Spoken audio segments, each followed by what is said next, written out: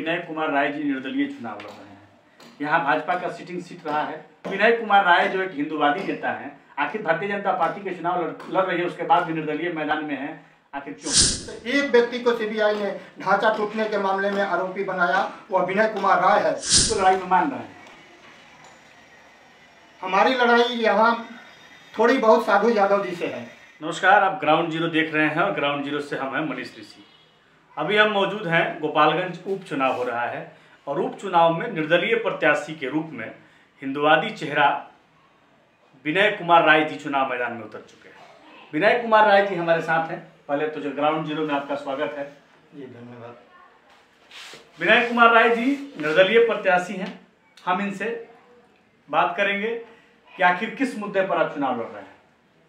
सबसे पहले मैं संपूर्ण गोपालगंज विधानसभा के जनता को नमन करता हूं, प्रणाम करता हूं।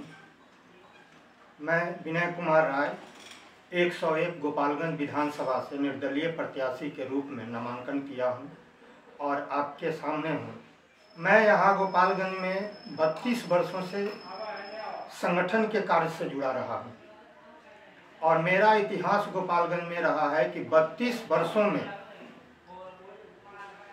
हिंदुत्व के मुद्दे पर हिंदू समाज के सामने जो भी समस्याएं आई हैं, जिस तरह की भी चुनौतियां आई है उनके मान सम्मान और उनके स्वाभिमान के सामने, उसको लेकर के मैंने गोपालगंज के सड़कों पर संघर्ष किया है, आंदोलन किया है, लाठियां खाई है। इसका गवाह गोपालगंज के थाने का लॉकअप है, गोपालगंज का जेल है। 32 वर्षों से मैं हिंदुत्व के लिए संघर्ष कर रहा हूं और आज भी उसी रूप में हूं और शायद यह जीवन उसी संघर्ष के साथ समाप्त होगा।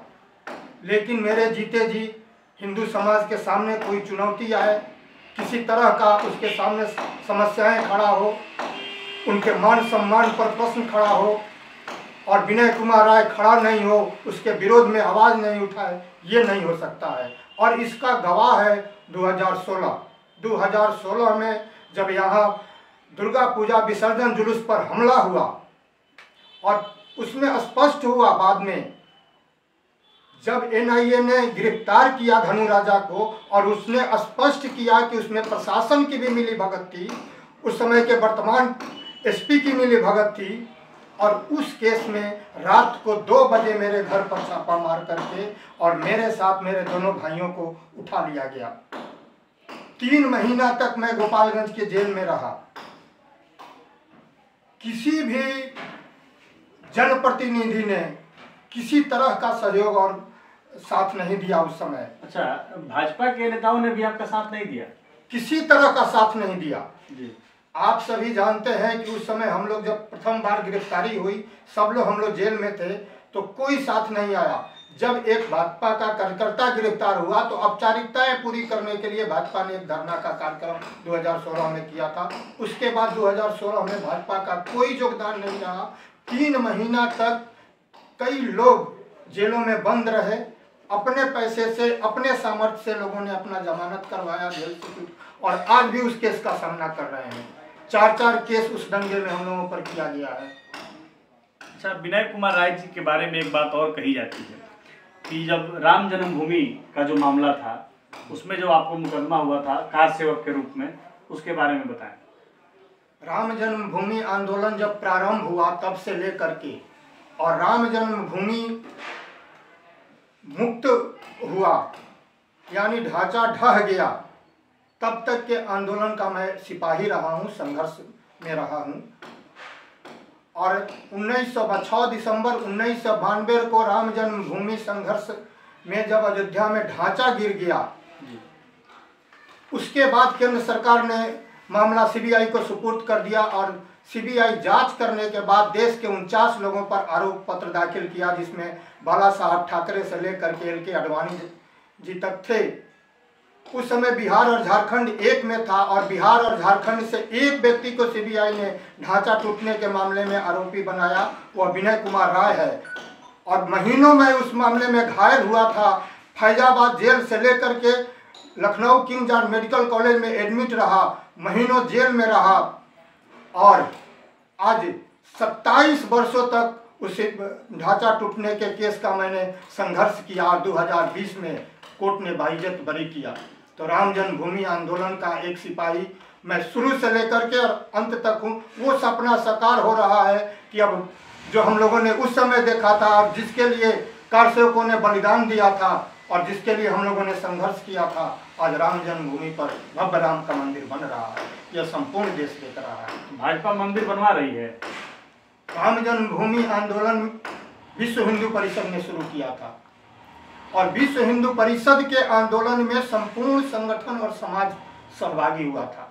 भारतीय जनता पार्टी भी एक उसमें घटक था और भारतीय जनता पार्टी के कुछ नेता लोग उसमें सम्मिलित जरूर हुए थे। उन लोगों ने भी आवाज उठाया था। लेकिन राम जन्मभूमि मुक्ति आंदोलन भारतीय जनता पार्टी का आंदोलन नहीं था, वह विश्व हिंदू परिषद का आंदोलन था। ये सभी जानते हैं। अच्छा, अभी विनय कुमार राय जी निर्दलीय चुनाव लड़ रहे हैं। यहाँ भाजपा का सिटिंग सीट रहा है, उनकी दिवंगत हुए हैं नेताजी, तो उनकी पत्नी चुनाव लड़ रही हैं। आखिर विनय कुमार राय जो एक हिंदुवादी नेता है, भारतीय जनता पार्टी के चुनाव लड़ रही है, उसके बाद भी निर्दलीय मैदान में है, आखिर क्यों? नहीं, भारतीय जनता पार्टी क्या की है, क्या कर रही है, ये सबको पता है। यहाँ की जनता देखी है। 15 वर्षों तक उन लोगों ने विकास का मॉडल देखा है कि किस तरह से विकास हुआ है, किस स्थिति में पहुंच गया है आज गोपालगंज और कहाँ रहना चाहिए गोपालगंज को। ये सब लोग देख रहे हैं। जो प्रतिनिधि यहाँ से प्रतिनिधित्व करते थे, आज वो हम लोगों के बीच नहीं है। इसलिए बहुत ज़्यादा मैं उनके ऊपर टीका टिप्पणी नहीं करने जा रहा। लेकिन गोपालगंज में जब भी यहाँ के समाज को और यहाँ के हिंदुत्व के रक्षकों को के ऊपर आपदा आई, उनके ऊपर किसी तरह के संकट आया, तब किसी भी तरह का जनप्रतिनिधि खड़ा नहीं हुआ। ये संपूर्ण गोपालगंज की जनता जानती है।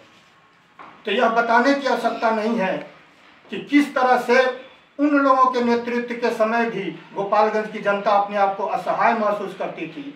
अगर मैं इस चुनाव में खड़ा हूं तो इसके पहले मैंने संघर्ष किया है, जो उसमें कहीं से मेरे साथ किसी तरह का पद पावर नहीं जुड़ा हुआ था। एक सामान्य आदमी की तरह संघर्ष करता था। लेकिन अगर मेरे साथ पद जुड़ जा रहा है, गोपालगंज की जनता अगर हमको विधायक बनाती है, तो हम उनके स्वाभिमान को कभी भी गिरने नहीं देंगे। सर उठा करके गोपालगंज का हर समाज स्वाभिमान के साथ खड़ा होकर के कहेगा कि मैं गोपालगंज का प्रतिनिधि हूँ। विकास क्या करेंगे नेताजी? गोपालगंज में विकास मैंने 35 वर्षों तक संघर्ष किया है और विकास के नाम पर भी और यहाँ की समस्याओं पर भी संघर्ष किया है। यहाँ की जो भी समस्याएं समाज के सामने आई है उस पर 32 वर्षों से संघर्ष कर रहा हूँ। अच्छा, मुख्य और अगर मैं जीतता हूँ तो एक आपको विश्वास दिलाता हूँ और गोपालगंज के विधानसभा की संपूर्ण जनता को विश्वास दिलाता हूँ कि विकास की एक इतिहास रचेंगे हम, कि एक मॉडल बिहार में जाना जाएगा कि हाँ गोपालगंज विधानसभा में यह विकास हुआ है। गोपालगंज में यूनिवर्सिटी का मांग करिएगा? अवश्य करेंगे।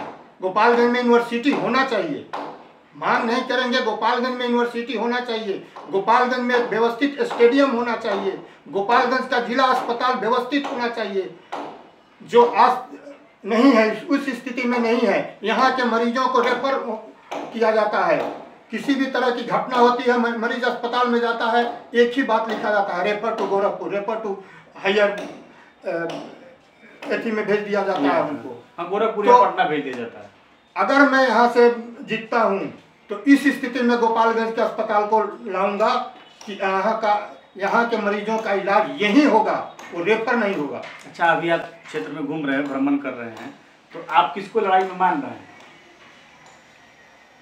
हमारी लड़ाई यहाँ थोड़ी बहुत साधु यादव जी से है।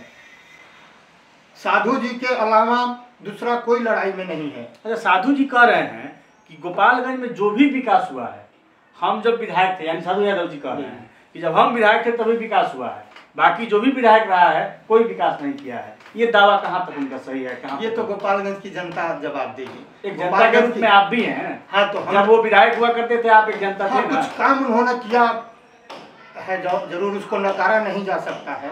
लेकिन साधु यादव जी ने जितना समय उनको मिला, जो विकास करना चाहिए वैसा उन्होंने नहीं किया है। जो विकास गोपालगंज में होना चाहिए वो नहीं हुआ। आज स्टेडियम की क्या दुर्दशा है आप देख रहे हैं। अस्पताल की उनके समय भी वह दुर्दशा थी, आज भी वह दुर्दशा है। चाहे वो विधायक बने हों या उसके बाद के लोग बने हों, दुर्दशा और समस्याएं तो उसी तरह गोपालगंज के लोगों को झेलना पड़ रहा है। एक थोड़ा सा पानी हो जाए गोपालगंज तो नर्क बन जाता है पूरा गोपालगंज। अच्छा, अभी आज के समाचार पत्रों में खबर छपी है कि एक डॉक्टर साहब हैं जिनसे लेवी मांगा गया है। शहर के डॉक्टर साहब, कमला राय कॉलेज के पास एक डॉक्टर साहब हैं, उनसे लेवी मांगा गया है। एक व्यवसायी वर्ग से भी लेवी मांगा गया है। इस पर क्या कहेंगे आप? लेवी, किडनैपिंग, अपहरण, ये तो पहले सभी जानते हैं कि इनके शासनकाल में यह एक उद्योग चल रहा था और कौन लोग चला रहे थे। जी, शायद उनके सत्ता में आ जाने के बाद वो फिर शुरू हो जाए। कुछ कम हुआ था लेकिन समाप्त नहीं हुआ था और आज भी वो है। आज की सरकार में भी वह चल रहा है। आप ही उदाहरण दे रहे हैं कि मांगा गया है।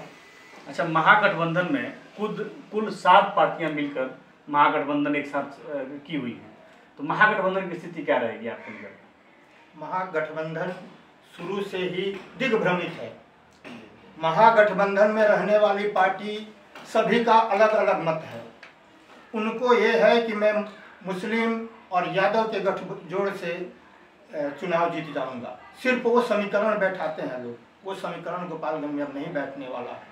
जाति के नाम पर अब गोपालगंज का समाज वोट नहीं देने जाने वाला है। उससे ऊपर उठ चुका है। आज की युवा पीढ़ी उससे ऊपर सोच रही है और वह जाति के नाम पर नहीं बिकने वाला। कोई किसी का वोट नहीं खरीद सकता, किसी को बहला फुसला करके जाति के नाम पर वोट नहीं प्राप्त कर सकता। समाज उससे ऊपर उठ चुका है। युवाओं का सहयोग है आपके साथ?